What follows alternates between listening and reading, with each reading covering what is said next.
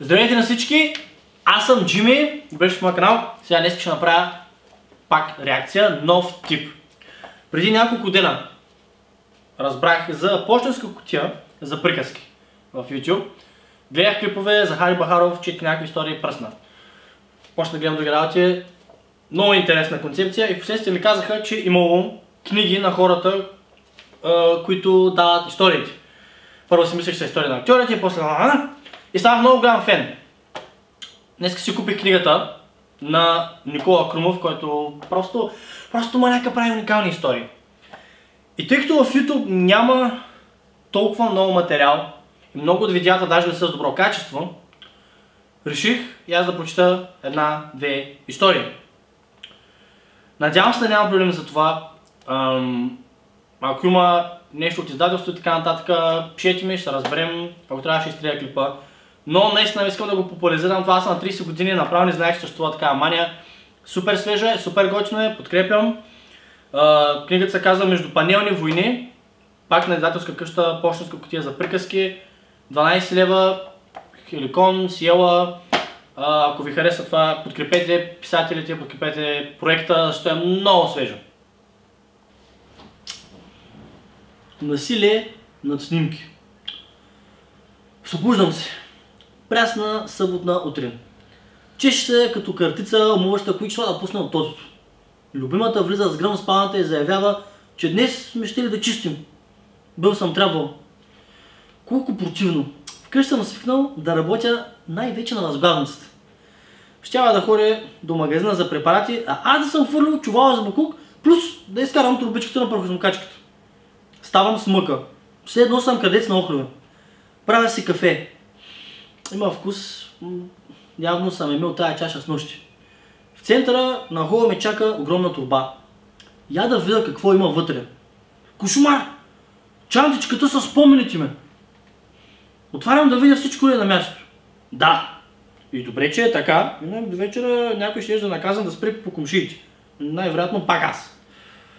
Доволен съм, всичко е непокътнато. Вътре има 50 снимки на бившите ми приятелки и един хартиен плик с зъби. Сега ще си ги разгледам с умиление.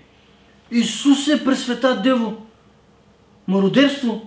Всичките снимки са надраскани. С нецензурирани надписи. С черен маркер. Какво е станало? Нора! Да, годиницата ми го е направила, защото мрази бившите ми. О, ще види тя. Дълги години се канях по един път аз да я накажа без секс. Ма все не съм настоял. Днес е моят ден. Денят на отмъщението. Ами пликът, разтварям го припряно, всичко изглежда наред. Вътре е първият ми паднал зъб. Първият зъб на бебешката ми приятелка. Зъб от първото куче, което ухапах. Такъв от устата на баба Гинчи, откраднат докато спи. Зъб от бухал, продаден ми за лев от големите. Зъб от първото момиче, което целунах с език. Че отида да знам аз точно как се прави. Зъб, който ми извадиха по погрешка, докторът каза, извинете. Двата зъба, които изядох в една баничка. Зъб от първия ми бой, чужд. Зъб от втория, мой. И зъб от домоправител, десетина от казармата, зъб от псуващ на пътя шофьор.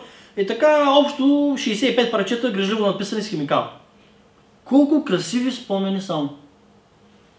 Поглеждам към прахосмокачката. Няма как. Трябва да се свърши. Отваряме. Мъч да изкарам пълната турбичка, но не е възможно. Този механизъм е направен за жени. Само те могат да открият смисъл в нещо работещо нелогично. Опъвам, разпъвам, дъвчев с уста, бия с крак. Не става. Клещи, трион, чук. Най-сетне ще подаде. Още малко само. Бух!